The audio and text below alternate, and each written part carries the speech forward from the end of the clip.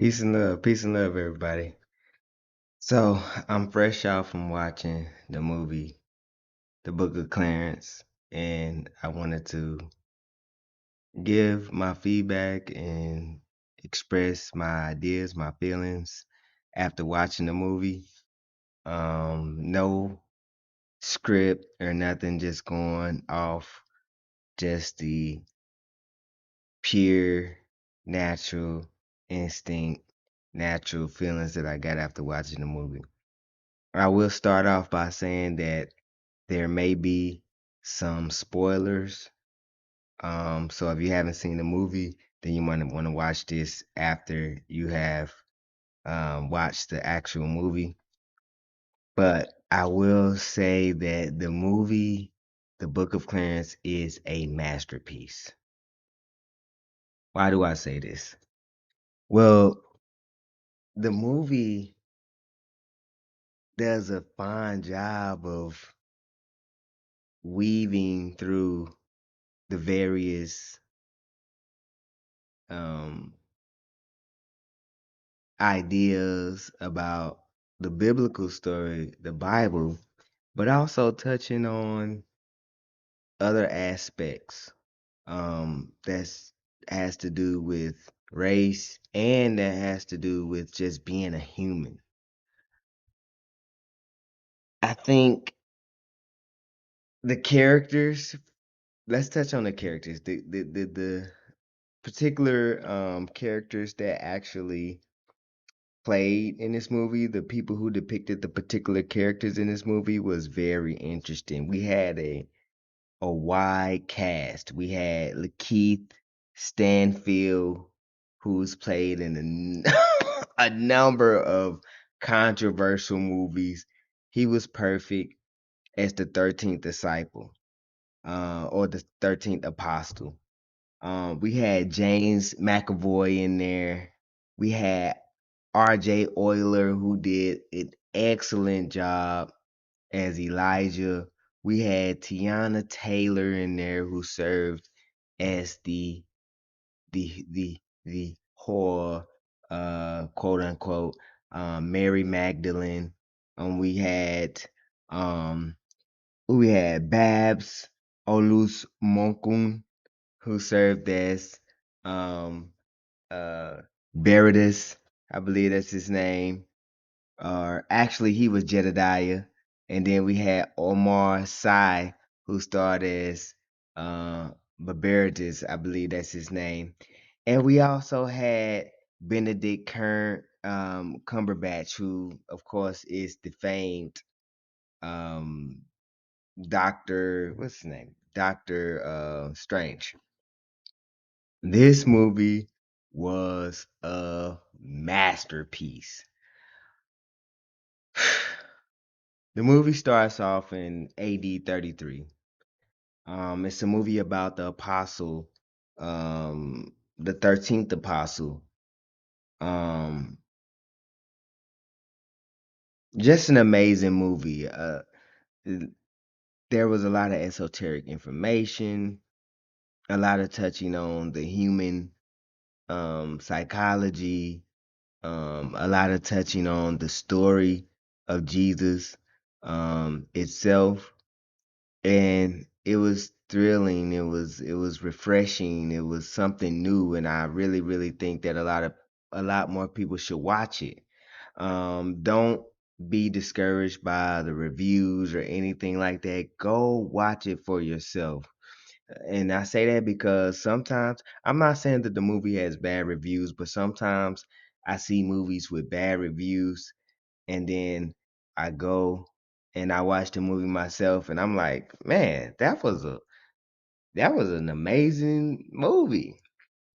Okay, so we know that when you're studying esoteric information or you on a path where you always seeking uh information, we've come across the idea that there was a 13th disciple. In this movie, it focused primarily on the 13th disciple. It was so touching because Jesus played the background, although serving a pivotal role in the movie. The movie mainly was focused on the life of the 13th Messiah, um, and how basically we often see in the Bible that some of the worst people are used to um, accomplish some of the highest goals. And so in this movie, we have the 13th disciple, the disciple or apostle, however you want to say it, and how he is going through life and he's dealing with things as most humans are. We're going through life. We're trying to find who we are. We're trying to find our purpose. We're trying to find a way to come up in the 3D dimensional senses where we're, searching for our mundane worth. We're searching for who we are as a person. We're trying to appease to the image of the world. We're trying to set ourselves up on a level where we are recognized for who we are. A very, very important aspect of being a human being. A lot of times we look back on our life and we say, what have we done? What have we done? And then we come to the conclusion that we haven't done enough. Sometimes that can lead people to desperation. And in this movie we see the 13th apostle become desperate, you know, to prove his worth. And in that worth, we sometimes go to the dark side and we start to, say, you know what, F it. I'm going to make it by any means necessary. And so we have Clarence, who his brother is one of the disciples of Jesus. He's getting the praise and the glory. Everyone know who Thomas is, and you have Clarence who's living in his shadow and he just wants to show his worth. And by doing that, by pursuing these worldly pursuits, we end up in a hole, as Clarence did in the movie. He ends up in a hole and he's trying to repay back his debt that he owes, people that he's got into these, relate these contracts with. And so not only that, he's trying to show his worth to a woman that he loves and is hoping that she loves him back. And so, he goes and he tries to, you know, make his mark, etch his name in history, you know. Um, and initially, he's doing this off of for all the wrong reasons, he comes up with an elaborate plan to and this is where we get into the esoteric part of it. I just ordered a book called Propaganda by Edward Bernays, and this is the guy who um was responsible for basically showing the advertisers, the media, that you can actually control humans because they all are, you know, are motivated off basic human instincts.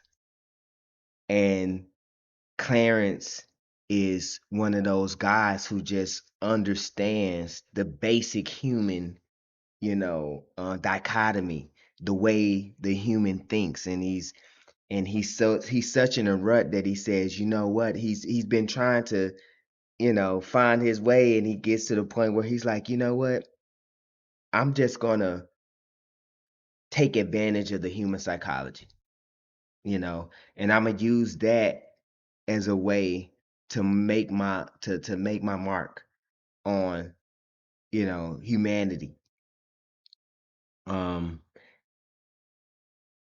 he even was in one scene where he's sees what was it, Samson and Goliath, and and and he says, you know, people who he said they just follow rules, and people who follow rules are easy to overcome. And that just speaks volumes into the time period that we in, where anybody can just come and they can understand the basic, you know, things that get the human mind going, and they can use that. We see that in the churches today. We see that in the media today, where, a pastor knows the buttons to push to get the congregation or his flock or the people that follow him to, you know, give tithes and offering or do whatever it is to build up his image in his church and make him the bishop. We see that with Bishop T.D. Jakes. And I don't mean to throw shade at anyone, but I'm just saying that oftentimes I look out in life and I say, man, look at that person. They got it. They know how to say the right things to get people to move. And a lot of times it's not necessarily that their intent is genuine. It's just that they know what to say to move the people, and so they garnish a lot of the attention. And we in a world today where if it's one lesson that I learned while I was going through school, it was that propaganda was powerful. And we're in an age where, propaganda is out here tearing, humanity apart. It's always A side, B side, this side, that side, those for God, those for not, Christians, Muslims, Chiefs, Dolphins. It's like it's always like this narrative that can be thrown out there that'll pit each other, pit one side against the other. And the 13th disciple, Clarence, he was the epitome of that. He knew how his whole thing was, you know what? Hold on. Let me study the way that this figure Jesus gathered all of this notoriety, how he garnered all of this credibility. Oh, he's healing people. Let me just put on a show. Let me heal some people. Oh, he's raising people from the dead. Let me put on a show and raise people from the dead. But it also talked about the consciousness, and it talked about, once again, I talked about how we can use some of the worst people in society to actually achieve some of the greatest goals. We know in the biblical story about Peter and how, some, I believe Peter even killed someone. He was one of the rowdy ones, you know what I'm saying? But it was that and Peter which God saw and wanted to bring that on to him. We had Clarence out here, just manipulating the scene so much, but inside he had a consciousness, you know, and I'm reminded of a conversation that I had with my daughter, and she's going through a phase right now where she was growing up, and I have four children. One of my daughters is older, and she grew up outside of the household with me, so she didn't get the upbringing that the three children who do live with me are, but somehow she's naturally navigating to a more spiritual way of looking at life, and she's asking me questions, and you know she's asking me questions about the Bible, and she's asking me questions about spirituality and things that her mother and her grandmother on her mother's side and her grandfather on her mother's side didn't teach her, you know and that's basically um how she's losing my train of thought a little bit, because I'm thinking about it so deep. Um basically how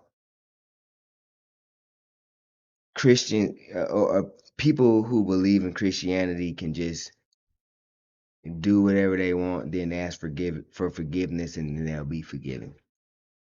She's talking to me and she's asking me why is that so, and I told her, yeah, that is the case sometimes.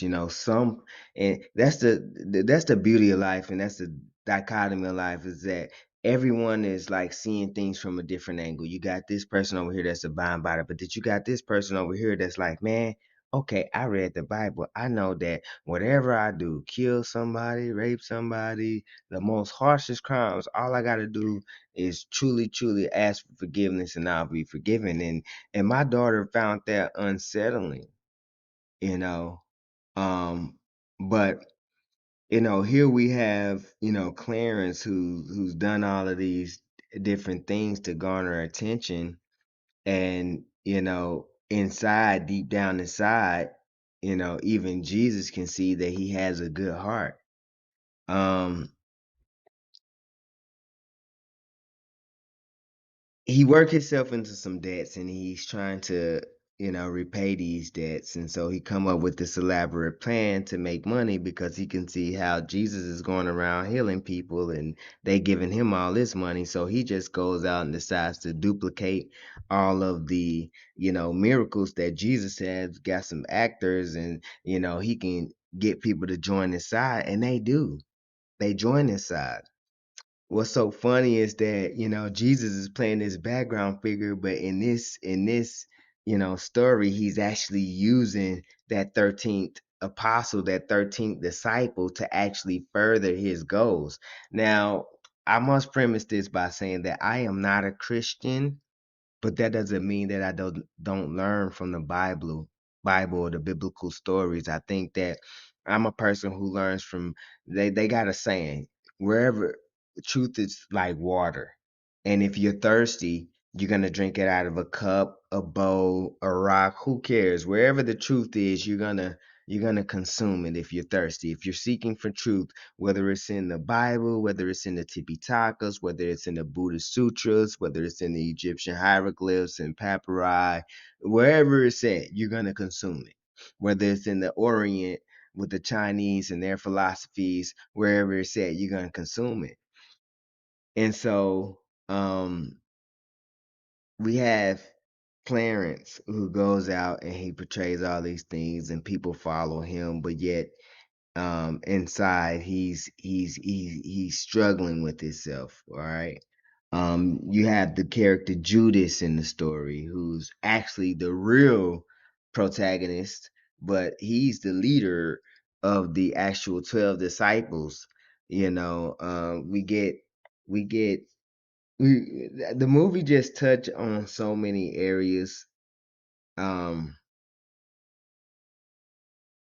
the characters, I mean, we look at Benedict Cumberland, who was, um, one of the apostles. They had a lot of people who was crucified at one point, and they were all so-called messiahs, with going around healing people. I think this story also alludes to the story of Jesus itself. Like, Jesus is a myth. Like, there's there's no body. There's all these stories. It seems like he's here, there, and everywhere, ubiquitous. He's everywhere all at once. And it's like, is this the story of one person, or is this is a conglomerate story of a bunch of different lives? And this story kind of hint on that. It's like, yeah, it's like Jesus is like, it's all these different stories combined in one, and his figure is representing this a bunch of these stories that's powerful, and they wrap them in one and create this figure called Jesus, because they're trying to establish some type of foundation. um you know when once again, this is all off the top, and I just got done watching the movie about 45 minutes ago, and you can go into this movie in a lot of different ways, from the characters, in the way they were portrayed. They had, you know, comedy, they had true biblical moments, they had twist to the biblical story, and it was just an amazing story that I think we can gain a lot from.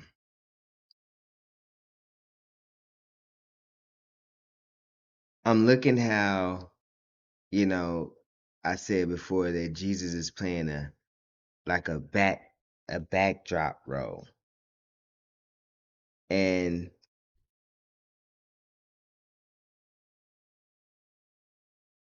it was justice in this movie, like even from a racial perspective. They tried to kill um my man who played what did he who was the character that he played?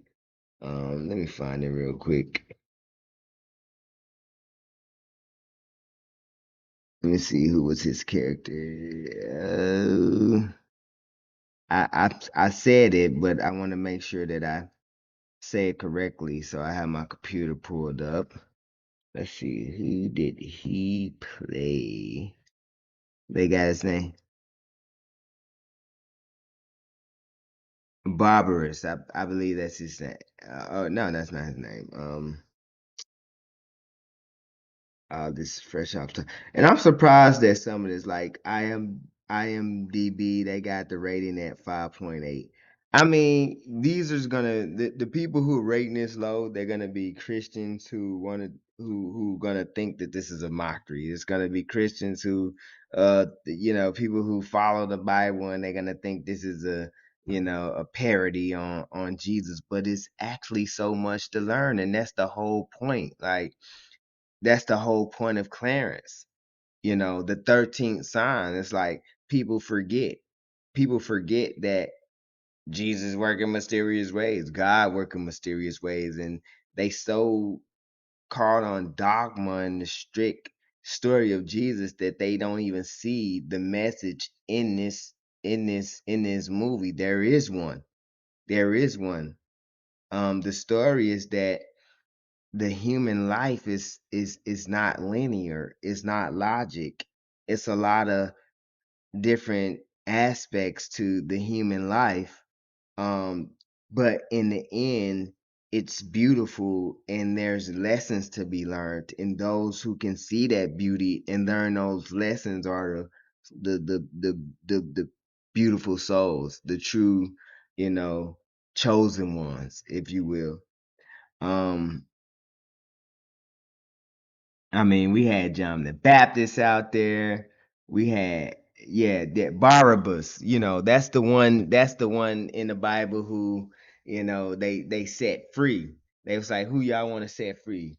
Jesus or this guy Barbarous, who was like this madman. They chose to set Barbarous free before they set, Jesus. These are the Christians, these are the people who, that's the whole point of the story. It's like, whatever you think it is not. Whatever you think it is something greater, you know. Um they had true crucif- crucifying scenes where the Messiah was crucified.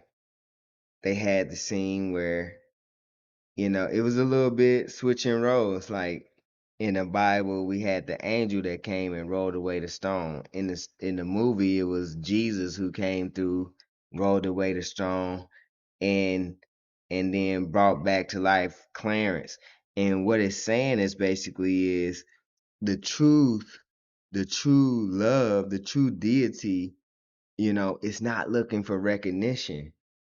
And he's gonna work through the vessels, and through Clarence's decision, he actually became a believer and became one of the highest believers, which is why God was able to work through him.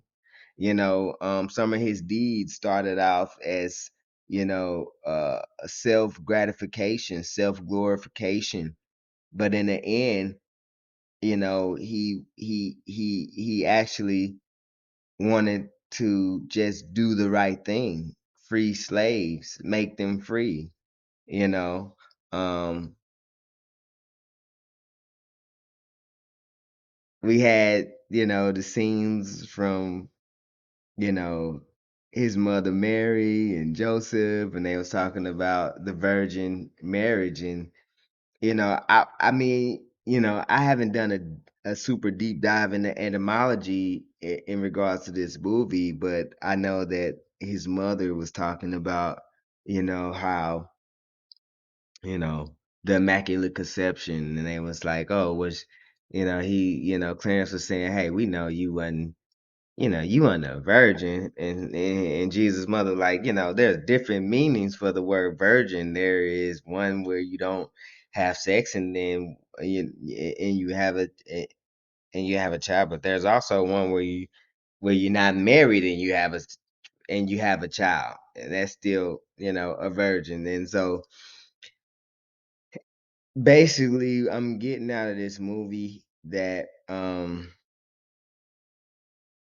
perception is everything. They even had, you know the scene, like, where, Jedediah, who was the one who was the debtor of Clarence, who he owed his money, is kind of where the story set off of. Um, Began to speak to the Romans, and basically let them know that, they were afraid of people who can go through so much but still have joy. I mean, and these type of people are the epitome of society. I mean, someone who can go through hell and still walk around smiling, still walk around trying to, you know, do good for others, do good to others, like, that's like a trait that you either have it or you don't. I mean, it's a beautiful trait, and a lot of people can envy that. Because it's all about ego. You do something to me, I'm gonna do something to you. Eye for an eye.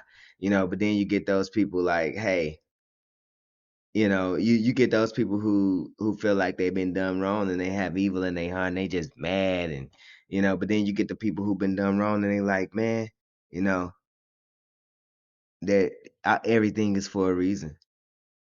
Smile, be happy, pursue life. Um, you know, it was a comedy, but then it was just so much beautiful things. I think the main aspect of the story, and there were more esoteric things, and I'll leave that for some other YouTubers to break down for y'all, because I'm sure that people is gonna come in there and talk about the 13th and what the number 13th mean, and they're gonna get on to the esoterics of the Romans and the heel of Barbarous, and they're gonna get into, Thomas and the twin aspect between Thomas and Clarence, and they're gonna get into, a lot of esoteric information, and I'm with that, because I could do that as well. But this more so breakdown based on feeling and just a immediate reaction to seeing the movie, and how it truly was a masterpiece, just hitting on comedy, hitting on, they had the scene with the Last Supper,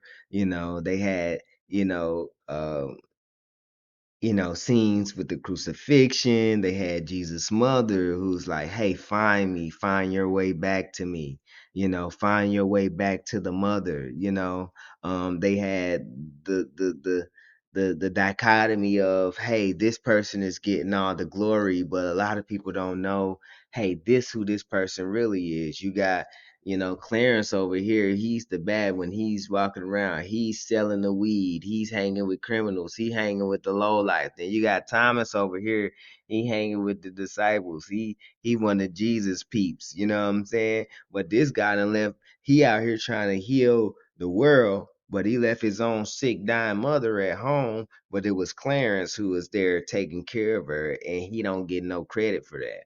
But and that kind of turns him a little bitter. So it's not really, sometimes people in life, they get turned bitter because they out here trying to do the right thing, and they don't get credit for it. And then they see these people out here, You know what I'm saying? Doing all the wrong things, getting all the credit. It can turn people bitter sometimes. It can make them mad sometimes. It can make them say, fuck it, okay, let me just join the dark side. Let me do whatever I can to get on top. And